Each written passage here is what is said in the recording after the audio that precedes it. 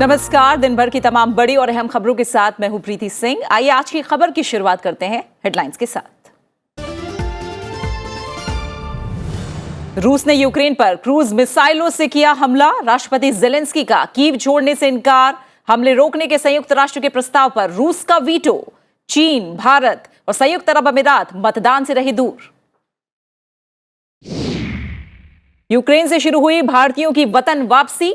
219 भारतीयों के साथ एयर इंडिया की उड़ान रोमानिया से मुंबई के लिए रवाना। यूक्रेन में भारतीय दूतावास ने जारी की एडवाइजरी। समन्वय किए बिना सीमा चौकियों की ओर नहीं बढ़ने की सलाह। आयुष्मान भारत डिजिटल मिशन में अगले 5 साल में खर्च होंगे 1600 करोड़ रुपए। प्रधानमंत्री की अध्यक्षता में कैबिनेट की बैठक में फैसला। कोयला कंपनियों के लिए साझा ई नीलामी विंडो को भी मंजूरी। आधुनिक प्रौद्योगिकी के जरिए इलाज की सुविधाएं ब्लॉक स्तर पर पहुंचाने को लेकर प्रतिबद्ध सरकार। बजट में हेल्थ क्षेत्र के प्रावधानों पर वेबिनार में प्रधानमंत्री ने कहा, आयुष्मान भारत डिजिटल मिशन के जरिए देश में गुणवत्तापूर्ण और किफायती स्वास्थ्य तंत्र का हुआ विकास। और उत्तर प्रदेश में 5वें चरण के मतदान को लेकर तैयारियां पूरी। 12 जिलों की 61 विधानसभा सीटों पर वोटिंग कल। मणिपुर में पहले दौर के चुनाव के लिए थमा प्रचार।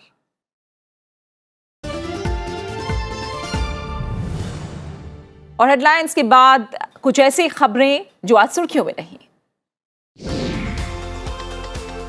केंद्रीय रक्षा मंत्री राजनाथ सिंह ने कहा है कि पिछले 6-7 साल में देश में स्टार्टअप इकोसिस्टम से तस्वीर बदली है। 2014 में भारत में केवल 500 स्टार्टअप्स काम कर रहे थे, आज 60,000 से अधिक स्टार्टअप्स हैं। राजनाथ सिंह दिल्ली विश्वविद्यालय के वार्षिक दीक्षांत समारोह को संबोधित कर रहे थे। सेना प्रमुख जनरल मनोज मुकुंद नरवणे ने कहा है कि सेना आज जो भी हथियार और उपकरण खरीदती है उसका 85% भारतीय कंपनियों से होता है। अहमदाबाद डिजाइन वीक 3 में उन्होंने कहा कि चेन्नई और लखनऊ में रक्षा गलियारों ने रक्षा उद्योग के पूरे पारिस्थितिकी तंत्र को बदलने में मदद की है। द्विवार्षिक बहुपक्षीय नौसैनिक अभ्यास मिलान 2022 आज से विशाखापट्टनम में शुरू हो गया है। इसमें 39 देशों के नौसेना के जहाज हिस्सा ले रहे हैं। नौसैनिक अभ्यास के दौरान 26 से 28 फरवरी के बीच बंदरगाह चरण और 1 से 4 मार्च तक समुद्री चरण आयोजित किया जाएगा। भारतीय वायुसेना ने यूक्रेन संकट से पैदा हुई स्थिति को देखते हुए अगले महीने ब्रिटेन में होने वाले बहुपक्षीय हवाई अभ्यास में हिस्सा नहीं लेने का फैसला लिया है। कोबरा वॉरियर नाम का यह अभ्यास ब्रिटेन के वेलिंगटन में 6 से 27 मार्च तक होना है। देश में एक दिन में कोविड-19 के नए मामलों में लगातार कमी आ रही है। बीते 24 घंटों में 11,499 नए मामले सामने आए हैं। वहीं उपचार करा रहे मरीजों की संख्या घटकर 1,21,000 रह गई है। देश में अब तक 177 करोड़ 17 लाख से अधिक कोविड रोधी टीके लगाए जा चुके हैं। जम्मू कश्मीर में ताजा हिमपात और भूस्खलन के कारण जम्मू श्रीनगर राष्ट्रीय राजमार्ग को फिर से बंद करना पड़ा है। राजमार्ग के बनिहाल कांजीगुंड सेक्टर में भारी हिमपात हुआ। वहीं कुछ जगह भारी बारिश से भूस्खलन से रास्ते पर मलबा जमा हो गया। हिमाचल प्रदेश में ताजा बारिश बर्फबारी का दौर जारी है। राजधानी शिमला में ताजा बर्फबारी हुई है। बर्फबारी के बाद ऊपरी शिमला को राजधानी से जोड़ने वाला राष्ट्रीय राजमार्ग 5 कुफरी और नारकंडा के पास बंद हो गया है। बर्फ पर वाहनों के स्किड होने से जाम लगने के कारण आवाजाही प्रभावित हुई है।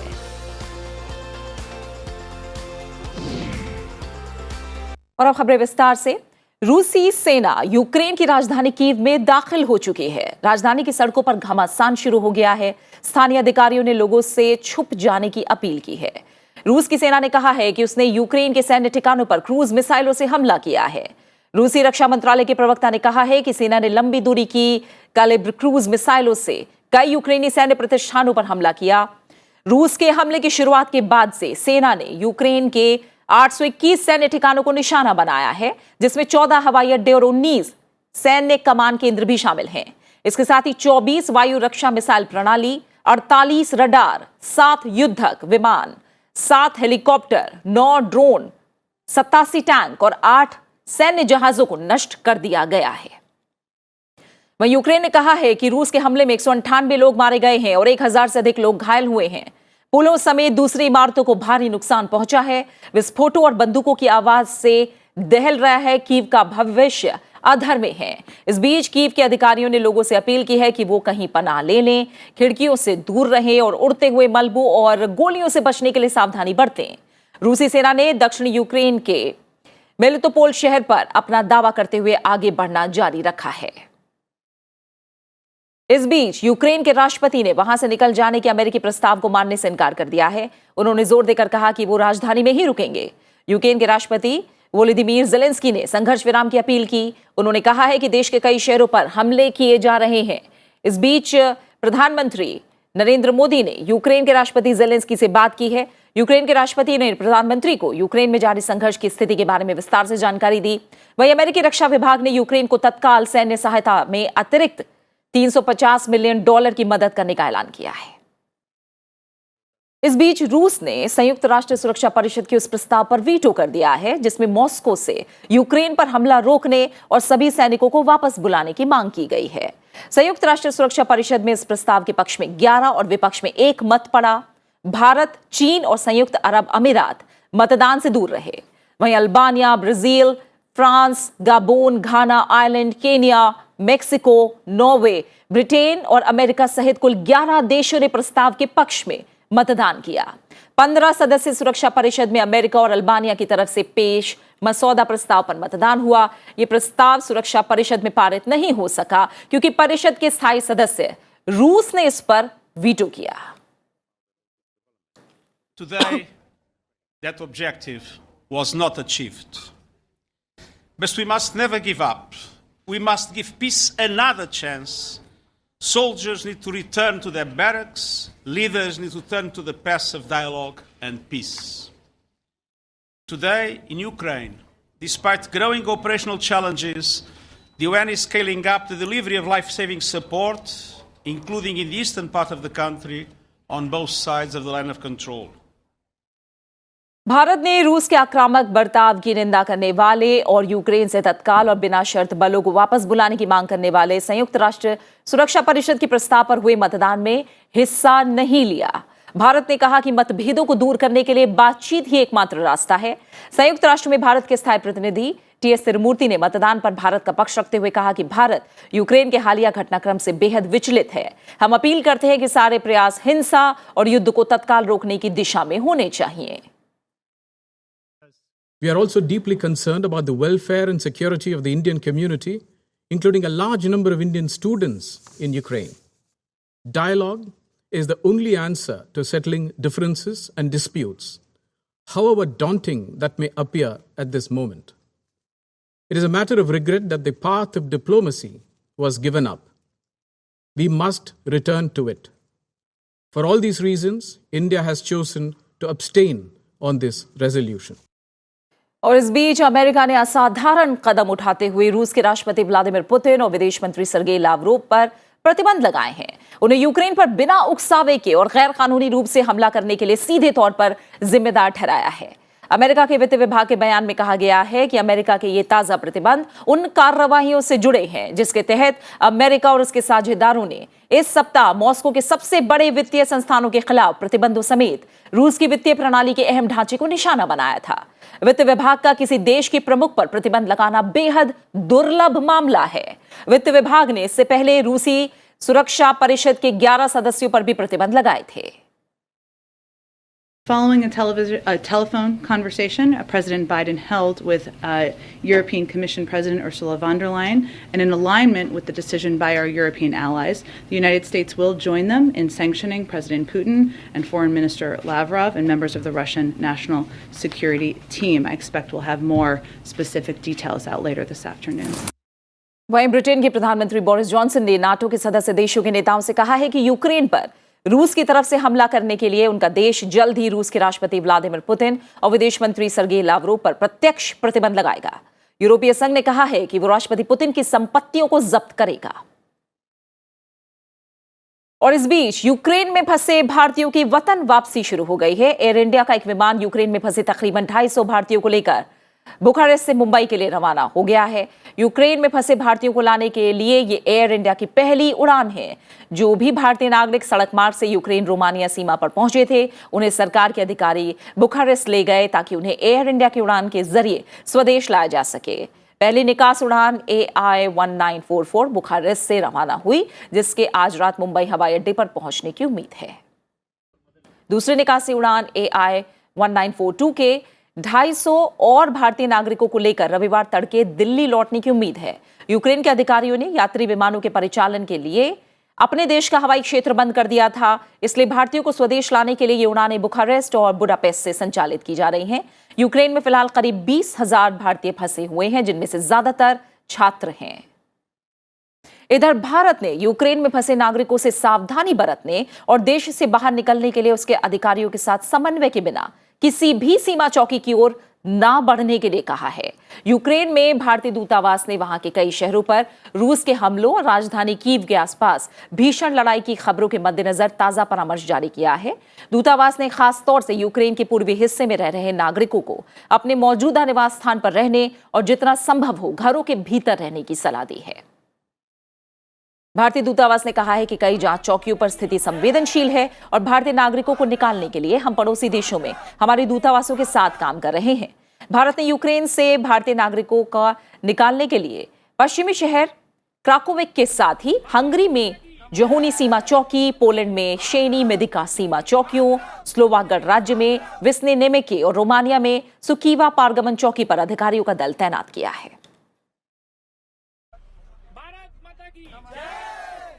और अब बात विधानसभा चुनाव से जुड़ी कुछ अहम खबरों की। उत्तर प्रदेश विधानसभा चुनाव के लिए 5वें चरण में राज्य के 12 जिलों की 61 सीटों पर कल वोटिंग होगी। 5वें चरण के मतदान की तैयारियां पूरी कर ली गई हैं और मतदान सुबह 7 बजे से शाम 6 बजे तक होगा। चुनाव आयोग ने स्वतंत्र, निष्पक्ष, पारदर्शी तरीके से मतदान संपन्न कराने के लिए आवश्यक व्यवस्था के निर्देश दिए हैं। 5वें चरण में 692 उम्मीदवार चुनाव मैदान में हैं, जिनकी राजनीतिक तकदीर का फैसला करीब 2.24 करोड़ मतदाता करने वाले हैं। चौथे चरण का मतदान पूरा होने के बाद राज्य की 403 विधानसभा सीटों में से अब तक 231 सीटों पर मतदान हो चुका है और रविवार को 61 सीटों पर मतदान होने के बाद 292 सीटों का मतदान पूरा हो जाएगा। इसके बाद आखिरी 2 चरणों में 3 मार्च और 7 मार्च को 111 सीटों पर मतदान होगा। 5वें चरण में सुल्तानपुर, चित्रकूट, प्रतापगढ़, कौशांबी, प्रयागराज, बाराबंकी, अयोध्या, बहराइच, श्रावस्ती, गोंडा, अमेठी और रायबरेली जिले में मतदान होना है। 5वें चरण में उत्तर प्रदेश के उप मुख्यमंत्री केशव प्रसाद मौर्य अपने गृह जिले कौशांबी के सिराथू विधानसभा क्षेत्र से बीजेपी के उम्मीदवार हैं। वहीं मणिपुर विधानसभा चुनाव के पहले चरण के चुनाव के लिए प्रचार थम गया। इस चरण में 6 जिलों की 38 सीटों के लिए सोमवार को मतदान होगा। इसमें 1 सीट अनुसूचित जाति और 8 सीटें अनुसूचित जनजाति के लिए सुरक्षित हैं। ये जिले इम्फाल पूर्वी, इम्फाल पश्चिमी, विष्णुपुर, पेरजवाल, चूड़ाचांदपुर और कांगपोकपी हैं। इस चरण में 15 महिलाओं समेत 173 उम्मीदवार चुनाव मैदान में हैं। सेकमई, सैकोट और सैकुल समेत 3 सीटों के लिए सबसे अधिक 8 उम्मीदवार हैं। वहीं हिंगांग, नंबोल और थंगा 3 ऐसे निर्वाचन क्षेत्र हैं जहां बीजेपी और कांग्रेस के बीच सीधा मुकाबला है। और अब कुछ और अहम खबरों पर नजर डालते हैं। प्रधानमंत्री नरेंद्र मोदी अपने संसदीय क्षेत्र वाराणसी में 27 फरवरी को जिले के बूथ कार्यकर्ताओं से सीधा संवाद करेंगे। प्रधानमंत्री वाराणसी जिले के 8 विधानसभा क्षेत्रों के बूथ पदाधिकारियों के साथ संवाद करके उन्हें जीत का मंत्र देंगे। इसमें करीब 20,000 कार्यकर्ता शामिल होंगे। कांग्रेस महासचिव प्रियंका गांधी वाड्रा ने कहा है कि उत्तर प्रदेश में पिछले 30 वर्षों से केवल जाति और धर्म की राजनीति हो रही है। उन्होंने प्रदेश में महिलाओं पर सबसे ज्यादा अत्याचार होने का आरोप लगाया और कहा कि कांग्रेस कानून लाएगी कि अगर 10 दिन में एफआईआर दर्ज नहीं हुई तो अधिकारी को सस्पेंड किया जाए। बीजेपी के राष्ट्रीय अध्यक्ष जेपी नड्डा ने संत कबीर नगर में एक रैली को संबोधित किया। उन्होंने कहा कि रिपोर्ट कार्ड रखने की ताकत किसी और पार्टी में नहीं है। बीजेपी और एनडीए ही रिपोर्ट कार्ड रखने की ताकत रखती है। उन्होंने कहा कि हमें उत्तर प्रदेश की तस्वीर और तकदीर बदलनी है और आम आदमी को मजबूत बनाना है। उत्तर प्रदेश के बलरामपुर में समाजवादी पार्टी प्रमुख अखिलेश यादव ने बीजेपी के डबल इंजन की सरकार पर तंज कसा। अखिलेश यादव ने कहा कि अगर कुछ डबल हुआ है तो वो भ्रष्टाचार और महंगाई। उन्होंने कहा कि जीएसटी ने व्यापारियों और लॉकडाउन ने मजदूरों की स्थिति को खराब किया है। उत्तर प्रदेश के मुख्यमंत्री योगी आदित्यनाथ ने अंबेडकर नगर और बलिया में चुनावी रैलियां की। यहां उन्होंने विपक्षी दलों, खासतौर पर समाजवादी पार्टी पर निशाना साधा और कहा कि परिवारवादी पार्टी कभी उत्तर प्रदेश का भला नहीं कर सकती। वाराणसी के पिंडरा विधानसभा क्षेत्र से कांग्रेस के प्रत्याशी अजय राय पर चुनाव आयोग ने प्रचार में भाग लेने पर 24 घंटे के लिए रोक लगाई है। आदेश 26 फरवरी सुबह 8 बजे से अगले 24 घंटे तक लागू है। उन्होंने प्रधानमंत्री और योगी आदित्यनाथ के खिलाफ आपत्तिजनक टिप्पणियां की थी। केंद्रीय मंत्री अनुराग सिंह ठाकुर ने कहा है कि उत्तर प्रदेश में समाजवादी पार्टी, कांग्रेस और बहुजन समाज पार्टी ने गरीबों के उत्थान के लिए कुछ नहीं किया। 70 साल में गोरखपुर में एम्स नहीं था, लेकिन बीजेपी सरकार ने गोरखपुर में एम्स बनवाया।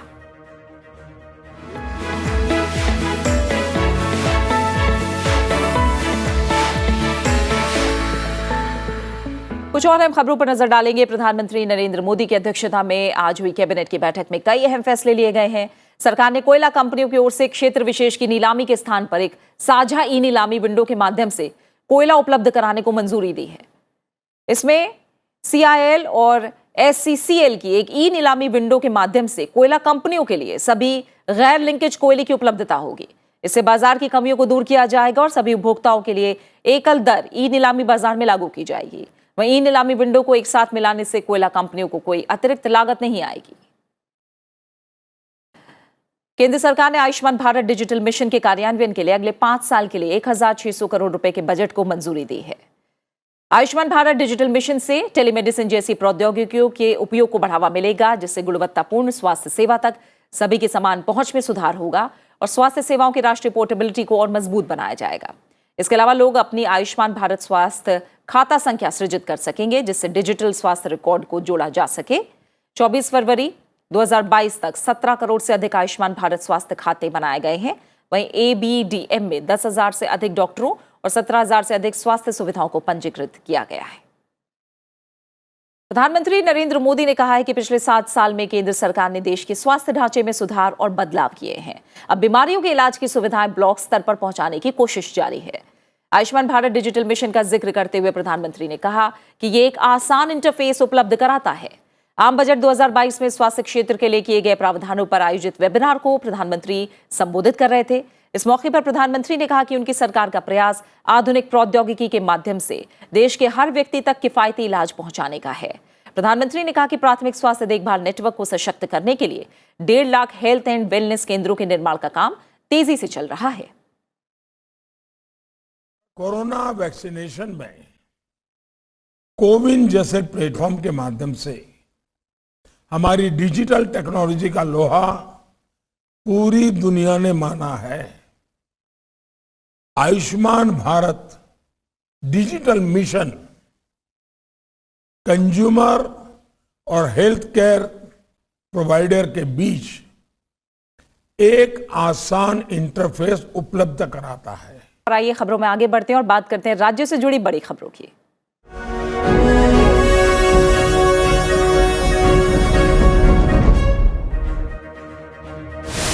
प्रधानमंत्री नरेंद्र मोदी कल अपने मासिक रेडियो कार्यक्रम मन की बात के 86वें संस्करण को संबोधित करेंगे। इस कार्यक्रम में प्रधानमंत्री आम लोगों के मुद्दों को प्रमुखता से उठाते हैं, साथ ही कुछ प्रेरणादायक लोगों की कहानियों को भी साझा करते हैं। प्रधानमंत्री ने देशवासियों से कार्यक्रम के लिए सुझाव भी मांगे। केंद्रीय स्वास्थ्य मंत्री डॉक्टर मनसुख मांडविया ने दिल्ली में राष्ट्रीय पोलियो टीकाकरण अभियान की शुरुआत की। ये कार्यक्रम 27 फरवरी से 2 मार्च तक देश भर में चलाया जाएगा। उन्होंने लोगों और गैर सरकारी संगठनों से 5 साल तक के बच्चों को पोलियो खुराक देने का आग्रह किया है। कांग्रेस नेता राहुल गांधी ने गुजरात के द्वारका में पार्टी के चिंतन शिविर को संबोधित किया। इस मौके पर राहुल गांधी ने कहा कि कांग्रेस में कुछ नेता संघर्ष करते हैं, लेकिन कुछ लोग एसी में बैठकर बयान देते हैं। उन्होंने कहा कि गुजरात की जनता उनकी ओर देख रही है। ओडिशा पंचायत चुनाव में सत्तारूढ़ बीजू जनता दल 249 जिला परिषद क्षेत्र सीटों पर आगे है, जबकि बीजेपी उम्मीदवार 32 सीटों पर और कांग्रेस उम्मीदवार 13 सीटों पर आगे हैं। मतों की गिनती 3 दिनों तक जारी रहेगी। इन सीटों के लिए 16, 18, 20, 22 और 24 फरवरी को 5 अलग अलग चरणों में मतदान हुआ था। बेंगलुरु में कर्नाटक के मुख्यमंत्री बसवराज बोम्मई ने बजट सत्र से पहले वाणिज्य और उद्योग संघ के साथ बैठक की अध्यक्षता की। इस बैठक में उन्होंने उद्योग जगत की ओर से आए सुझावों पर बात की।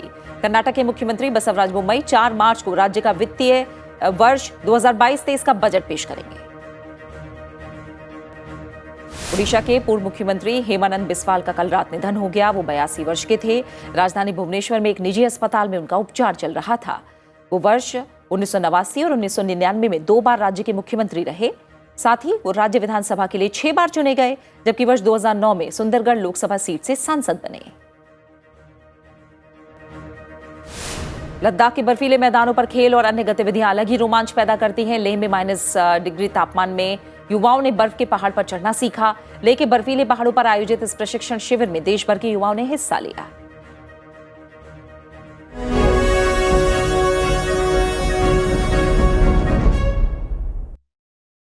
राष्ट्रपति रामनाथ कोविंद ने कहा है कि राष्ट्रीय शिक्षा नीति के तहत स्थानीय भाषाओं को बढ़ावा दिया जा रहा है। भारतीय भाषाओं में महत्वपूर्ण प्रवेश परीक्षा आयोजित करने पर जोर दिया जा रहा है। राष्ट्रपति रामनाथ कोविंद ने असम के अपने 3 दिवसीय दौरे के दौरान आज तेजपुर विश्वविद्यालय के 19वें दीक्षांत समारोह को संबोधित करते हुए कहा कि तेजपुर विश्वविद्यालय CSR की तर्ज पर विश्वविद्यालय सामाजिक जिम्मेदारी का नया प्रतिमान अपना सकता है। उन्होंने कहा कि इस वर्ष 10 राज्यों के 19 इंजीनियरिंग कॉलेजों में 6 भारतीय भाषाओं में पढ़ाई शुरू हो रही है। The National Education Policy 2020 also seeks to provide pathways for the future in a globalized world while preserving time-honored Indian values like compassion, morality, truth, and good conduct. The motto of this university, Vijnanam Yagyam Tante, reflects the approach of blending the eternal with the futuristic. उपराष्ट्रपति M Venkaiah Naidu ने छात्रों के सर्वांगीण विकास पर जोर देते हुए कहा है कि हमारे शिक्षण संस्थानों को पढ़ाई के साथ साथ खेलों और मनोरंजक गतिविधियों को समान महत्व देना चाहिए। बेंगलुरु के ग्रीनवुड हाई इंटरनेशनल स्कूल में ललित कलाओं और अत्याधुनिक इंडोर खेलों का उद्घाटन करते हुए उपराष्ट्रपति ने कहा कि आज के परिवेश में शिक्षा जितनी जरूरी है उतना ही जरूरी बच्चों के लिए खेलकूद है। इससे बच्चों में शारीरिक विकास के साथ साथ मानसिक विकास होता है, बच्चों के विचारों में निखार आता है। Other extracurricular activities are a must.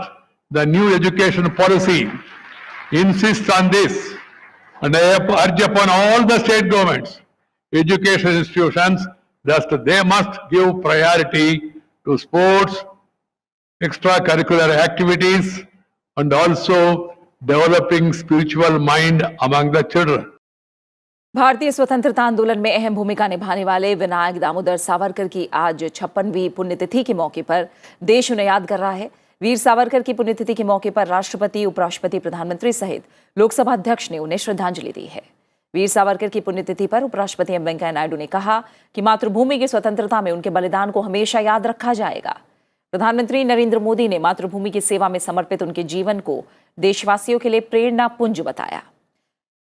Lok Sabha अध्यक्ष ओम बिरला ने वीर सावरकर की पुण्यतिथि पर भावपूर्ण श्रद्धांजलि देते हुए कहा कि उनके काम हमेशा राष्ट्र का मार्गदर्शन करते रहेंगे। और इसी के साथ फिलहाल आज की खबर में इतना ही। चलते चलते आपको छोड़ जाते हैं तमिलनाडु के रामेश्वरम में बसेरा डाले हजारों प्रवासी पक्षियों की झलक के साथ, जहां हजारों की संख्या में ऑस्ट्रेलियाई राजहंस पहुंचे हुए हैं। आप देखिए इनके नजारे और मुझे दीजिए इजाजत। अपना अच्छे से ख्याल रखिए। नमस्कार।